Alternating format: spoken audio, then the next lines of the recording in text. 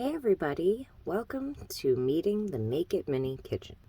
Kitchen is pretty awesome. It does come with some pretty cool stuff up inside the cabinet. I added those up there. Sorry about the focus issue.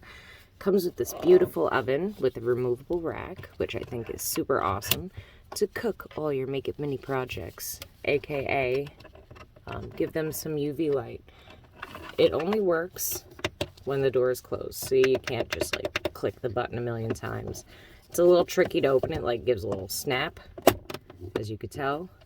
And then boom, it's on, boom, it's off. I love this thing. I think it runs on AA's. Not too shabby. Over here, we have our beautiful little silverware drawer.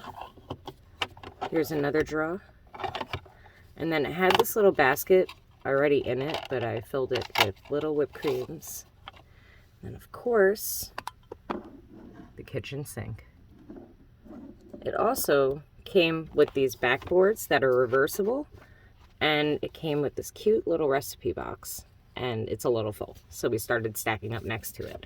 If I remember correctly, there were goodies in the cabinet here, and that's about it. Welcome to the Make It Mini kitchen.